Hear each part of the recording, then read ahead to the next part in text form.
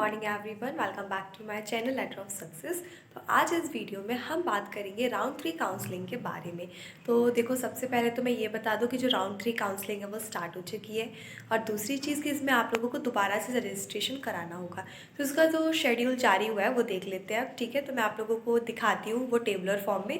Then हम सारी dates को डिस्कस करेंगे और किस दिन क्या होना है वो भी डिस्कस करेंगे। तो स्टार्ट करते हैं। ठीक है, तो यहाँ पे ये देखिए, ये हमारे पास शेड्यूल है। ठीक है, तो ये हमारे पास Madhya Pradesh nurses registration counselling tentative time table schedule. तो ये हमारे पास शेड्यूल आ चुका है, पूरा टाइम टेबल आ चुका है, किस दिन क्या होना है नहीं होना है, each and everything in this time table. देखो, तो जो बीएससी नर्सिंग काउंसलिंग का है 2025 का, ये थर्ड राउंड है। यहाँ पे मेंशन है कि extended final round counselling, that means कि ये आपका थर्ड राउंड है। एक्सटेंडेड वर्ड इसलिए लिखा है क्योंकि देखो, पहले क्या था कि जो राउंड 2 था वो फाइनल राउंड था, बट अब थर्ड राउंड कराया जा रहा है, इसलिए यहाँ पे एक्सटेंडेड लिख रहे हैं कि एक्सटेंड कर रहे हैं फाइनल राउंड को और एक और राउंड क्रिएट कर रहे हैं, वो है थर्ड राउंड। लेकिन ये आपका कैसा राउंड है? फाइनल राउंड है। दैट मीन्स इसके बाद अब कोई भी राउंड नहीं होगा। ठीक है, देन उसके बाद जो इवेंट्स है, इवेंट्स मीन्स यहाँ पे क्या क्या होने वाला है। फिर यहाँ पे ड्यूरेशन दी गई कि कितने से कितना, मतलब आपको समय दिया जाएगा। फिर यहाँ पे नंबर ऑफ डेज बताए गए कि कितने नंबर ऑफ डेज लगेंगे आप लोगों के लिए। देखते हैं यहाँ पे। देखो, सबसे पहले तो आप लोगों को ऑनलाइन रजिस्ट्रेशन कराना होगा। ऑनलाइन रजिस्ट्रेशन का क्या मतलब है कि आप लोगों को एमपी ऑनलाइन वाले भैया के पास जाना होगा। आप अपने खुद के मोबाइल से, कंप्यूटर से भी रजिस्ट्रेशन करा सकते हैं। ठीक है, तो लेकिन आपको रजिस्ट्रेशन कहाँ ऐसा कराना होगा? ऑनलाइन कराना पड़ेगा डीएमई पोर्टल पर। डीएमई पोर्टल यानी कि डीएमई की साइट है जो कि यहाँ पे गिवन है। यहाँ पर जाके आपको अपना ऑनलाइन रजिस्ट्रेशन कराना है, फिर आप खुद से भी कर सकते हैं। अब देखो, note, all candidates who have appeared in PNST exam. PNST exam वो एग्ज़ाम होता है जिससे कि आप बीएससी नर्सिंग कर सकते हो या फिर जीएनएम वगैरह भी कर सकते हो। ठीक है, तो आपने दिया होगा ऑफकोर्स 2025 का। ठीक है, can register now and candidates who have already registered during first round are required to re registered. जिन लोगों ने फर्स्ट राउंड में रजिस्ट्रेशन करा लिया था उन्हें दोबारा से रजिस्ट्रेशन कराना होगा थर्ड राउंड में पार्टिसिपेट करने के लिए। एक्सटेंडेड मतलब एक्सटेंड किया गया, बढ़ाया गया है फाइनल राउंड काउंसलिंग को। देखो, जब आप लोगों ने राउंड, मतलब जैसे ही काउंसलिंग स्टार्ट हुई थी तो राउंड 1 हुआ था, देन 2 हुआ था और अब 3 हो रहा है। तो जब राउंड 1 हुआ था तो आप लोगों ने रजिस्ट्रेशन कराया था। राउंड 2 में रजिस्ट्रेशन नहीं कराना था, वो सारे बच्चे पार्टिसिपेट करते हैं जिन्होंने राउंड 1 में कराया है। देन देखो, सबसे पहले तो जो हमारी काउंसलिंग है ना, उसमें फर्स्ट, सेकंड और थर्ड ये राउंड हुए। ठीक है, फर्स्ट राउंड में आप लोगों ने क्या किया था? रजिस्ट्रेशन कराया था। तो सेकंड राउंड में ऐसा बोला गया था कि रजिस्ट्रेशन नहीं कराना है। जिन बच्चों ने फर्स्ट राउंड में रजिस्ट्रेशन कराया वही पार्टिसिपेट कर सकते हैं राउंड 2 में। और राउंड 2 जो था फाइनल राउंड था। लेकिन अब इस राउंड 2 जो फाइनल राउंड था, इसके बाद ये थर्ड राउंड आ रहा है, इसको एक्सटेंड किया गया है फाइनल राउंड को। तो ये थर्ड राउंड है, उसमें आपको अलग से रजिस्ट्रेशन कराना है। अगर आप ऑलरेडी करा चुके हो तो आप लोगों को फिर से रजिस्ट्रेशन कराना पड़ेगा। इसके लिए देखो, टाइमिंग मतलब ड्यूरेशन देखिए कि कितना दी है आप लोगों को। 17 नवंबर से है। ठीक है, यानी कि 17 नवंबर से आप लोगों को डेट दी गई है 21 नवंबर तक। आपके पास 5 दिन का समय है रजिस्ट्रेशन कराने के लिए। अगर आपने पहले रजिस्ट्रेशन कराया तो भी आपको दोबारा से रजिस्ट्रेशन कराना पड़ेगा इस राउंड के लिए, यानी कि एक्सटेंडेड फाइनल राउंड के लिए, थर्ड राउंड के लिए फिर से रजिस्ट्रेशन कराएं। ठीक है, सेकेंड पॉइंट है edited profile and registration form details for new registered candidates. ये सब जो है ना, फर्स्ट और सेकेंड पॉइंट, ये होगा 5 दिन के अंदर। ठीक है, नेक्स्ट है third, publication of remaining vacancies. जो जितनी वैकेंसीज़ का मतलब ये है कि जितनी सीट खाली है, सीट मैट्रिक्स आप लोगों को दिया जाएगा कि कितनी सीट खाली है, किस कॉलेज में कितनी सीट्स खाली है, किस कैटेगरी की। तो इस तरीके से आप लोगों को बताया जाएगा।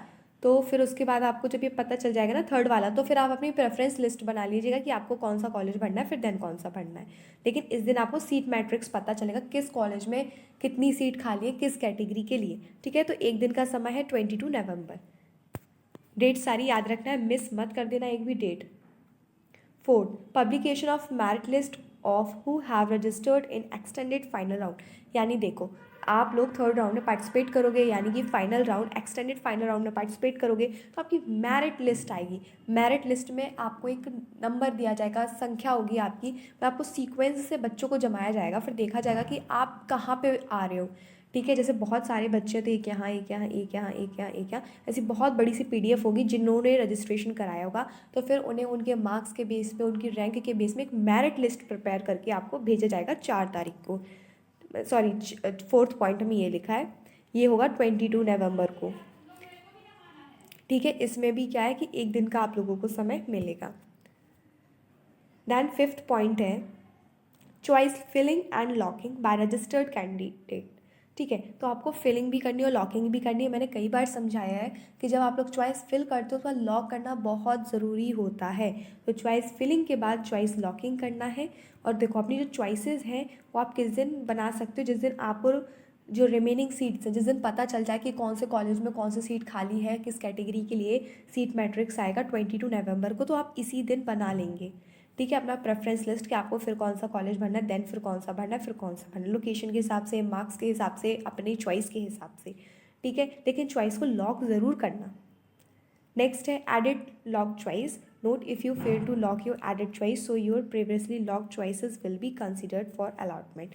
देखो, यहाँ पे आप लोगों को एडिट करने की परमिशन नहीं दी जाएगी। ऐसा नहीं होगा कि बार बार एडिट करते रहो, एडिट करते रहो, एडिट करते रहो, एडिट करते रहो, ऐसा नहीं है। आप लोगों को एक साथ ही ऐड करना पड़ेगा, मतलब आप जो भी करना है वो आपको अभी करना है। ठीक है, जैसे कि आपने एक बार चॉइस फिलिंग और लॉकिंग कर दी तो आपको फिर बाद में एडिट करने के लिए नहीं मिलेगा। ये देखो, ये लिखा है, note if you fail to lock your edited choices so your previously lock choices will be considered for allotment. ठीक है, तो अच्छे से करना, क्योंकि फिर बाद में आपको एडिट करने नहीं मिलेगा। और जो भी चीज़ आप कर रहे हो प्लीज़ उसको लॉक ज़रूर कर देना, अदरवाइज़ ना वो आप माना नहीं जाएगा। जब तक लॉक नहीं होती है चॉइस तब तक माना नहीं जाता है कि ये आपने फिलअप किया है। ठीक है, आपको देखो अच्छे से फिलअप करना है, सोच समझ के करना है। हमारे पास 5th पॉइंट है, देखो हमारे पास 5th पॉइंट है choice filling and locking by registered candidates.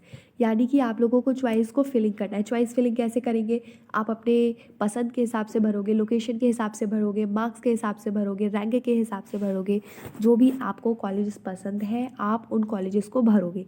ठीक है, अपने हिसाब से। लेकिन जो मोस्ट इंपॉर्टेंट चीज़ है वो है कि लॉक करना। काफ़ी सारे बच्चे जो होते हैं वो लॉक नहीं करते अपनी चॉइसेस को, तो आपको अपनी जो चॉइसेस हैं वो क्या करना है, लॉक करना है। आपको कैसे पता चलेगा कि अपनी प्रेफरेंस लिस्ट कैसे बनाएं, मतलब इस दिन के लिए यानी 23 नवंबर के लिए आप 23 से 24 नवंबर तक का टाइम है। ठीक है, आपके पास 2 दिन का समय है चॉइस फिलिंग और लॉक करने के लिए। तो ये काम आप कब करोगे, ये काम आप क्या 23 नवंबर को ही करोगे बैठ के? नहीं, या आप 22 नवंबर को करोगे, बिकॉज इस दिन हमें रिमेनिंग वैकेंसीज पता चल जाएंगी, सीट मैट्रिक्स पता चल जाएगा, किस कॉलेज में कौन से कैटेगरी कितनी सीट खाली है। समझ में आई बात?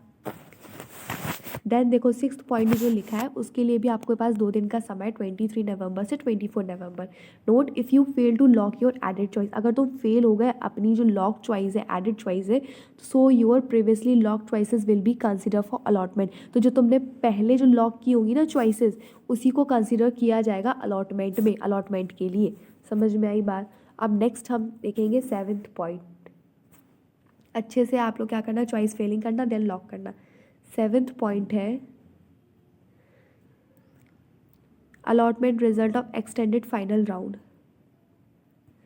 Provisional allotment result for extended final round जो है आप लोगों का 26 नवंबर में आएगा। यानी कि इस दिन पता चल जाएगा आप लोग को, इस दिन रिजल्ट आएगा, अलॉटमेंट रिजल्ट आ जाएगा आप लोगों का 3rd राउंड का। एक्सटेंडेड फाइनल राउंड नहीं, 3rd राउंड नहीं है, ये आपका लास्ट राउंड है। ठीक है, तो आप लोगों को अलॉटमेंट रिजल्ट आएगा, इस दिन आपको पता चल जाएगा कि आप लोगों को कौन सा जो कॉलेज है वो अलॉट हुआ है।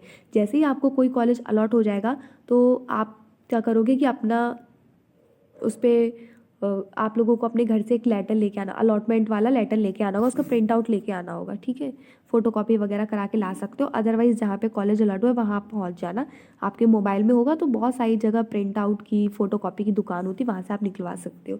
ठीक है, तो इस दिन आपको पता चल जाएगा कि जो आप लोगों का कौन सा कॉलेज आपको अलॉट हुआ है। और देखो, ज़रूरी नहीं होता है कि सारी जो इन्फॉर्मेशन होती है वो मॉर्निंग में बहुत जल्दी आ जाए।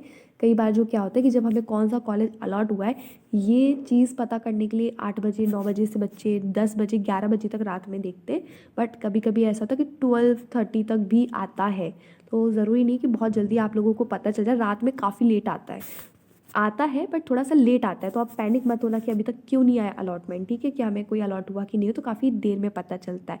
और जैसे ही आपको अलॉट हो तो आप वैसे ही जितने जल्दी हो सके आप लोग क्या करेंगे, एडमिशन के लिए आ जाएंगे, क्योंकि एडमिशन में लगता है टाइम, और आपके को कितना टाइम दिया है, सिर्फ 4 दिन का ही समय दिया है।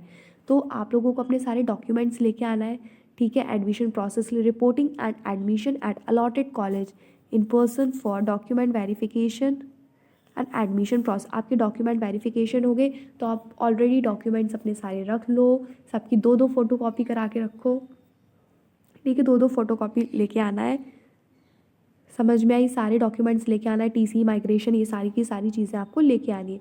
Online registration cancellation admission at college level.